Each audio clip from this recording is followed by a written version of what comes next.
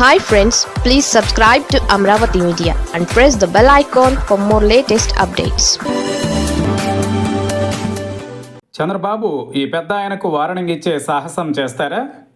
వైఎస్ఆర్ కడప జిల్లా ప్రొద్దుటూరు ఎమ్మెల్యే నంద్యాల వరదరాజులరెడ్డి సొంత ప్రభుత్వంపై ఘాటు వ్యాఖ్యలు చేశారు. అవినీతికి సంబంధించి ఆయన ఆరోపణలు కూటమి సర్కారుకు తీవ్ర నష్టం కలిగించేలా ఉన్నాయి.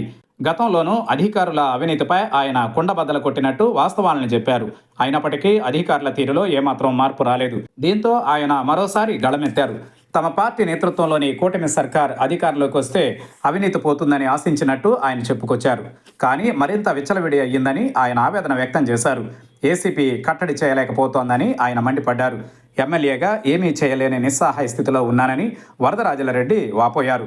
అధికారులకు ముందే డబ్బులిస్తే తప్ప పనులు చేయడం లేదన్నారు. ఒకవేళ అవినీతిపై ఉన్నతాధికారులకు ఫిర్యాదు చేసినా ఎలాంటి ప్రయోజనం లేదన్నారు. స్వయంగా తానే ఫిర్యాదు చేసినా ఇంతవరకు జవాబుదారీతనం లేదని అన్నారు. Revenue, police, Panchayati Raj, engineering department ఇలా అన్ని శాఖల్లోనూ అవినీతి రాజ్యమేలుతోందని టీడీపీ ఎమ్మెల్యే ఆరోపించారు. ప్రజలలో మార్పు రావాలని ఆయన సూచించారు. తమ పాలనలో నీతి 3 పువ్వులు 6 కాయలుగా విరాజిల్లుతున్నట్టు సీఎం చంద్రబాబు, ఉప ముఖ్యమంత్రి పవన్ కళ్యాణ్, మంత్రి నారా లోకేష్ గొప్పలు చెప్పుకోవడం తెలిసిందే. అయితే క్షేత్రస్థాయిలో వాస్తవ పరిస్థితుల్ని టీడీపీ ఎమ్మెల్యే కళ్లకు కట్టినట్టు చెప్పారు. ప్రభుత్వ ఉద్యోగుల అవినీతిపై వరదరాజులరెడ్డి మొదటి నుంచి ఆవేదన వ్యక్తం చేస్తూనే ఉన్నారు. అయినప్పటికీ ఎలాంటి మార్పు రాకపోవడంతో ఆయన బహిరంగంగా విమర్శలు చేయాల్సిన దుస్థితి ఏర్పడింది. ఇదిలా ఉండగా ప్రభుత్వానికి నష్టం తెచ్చేలా వ్యవహరిస్తే ఎంతటి వారినైనా ఉపేక్షించేది లేదని టీడీపీ రాష్ట్ర అధ్యక్షుడు పల్లా శ్రీనివాసరావు హెచ్చరించిన రోజే ప్రొద్దుటూరు ఎమ్మెల్యే ఘాటు విమర్శలు చేయడం ప్రాధాన్యం సంతరించుకుంది.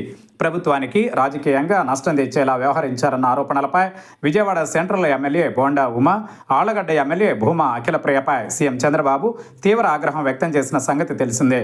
వాళ్ళిద్దరినీ పిలిపించి మాట్లాడాలని 3 మ్యాన్ కమిటీని చంద్రబాబు ఆదేశించారు.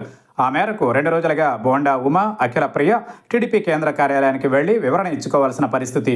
ఈ నేపథ్యంలో ప్రభుత్వానికి రాజకీయంగా నష్టం వచ్చేలా అవినీతిపై ఘాటు విమర్శలు చేసిన వరదరాజులరెడ్డిపై సీఎం చంద్రబాబు ఆగ్రహం వ్యక్తం చేస్తారా?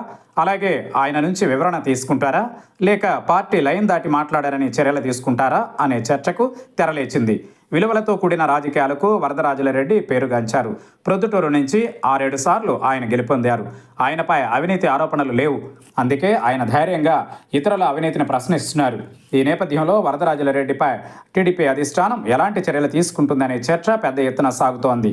ఒకవేళ ఆయనపై క్రమశిక్షణా చర్యలు తీసుకోవాలని టీడీపీ అనుకున్న నష్టం పార్టీకే. ఎందుకంటే వరదరాజులరెడ్డి చేసిన అవినీతిపై కాకుండా వాస్తవాల్ని చెప్పిన పెద్ద ఆయన్ను వేధిస్తారా అనే ప్రశ్న పౌర సమాజం నుంచి వస్తుంది. ఈ నేపథ్యంలో టీడీపీ స్పందనపై ఉత్కంఠ నెలకొంది.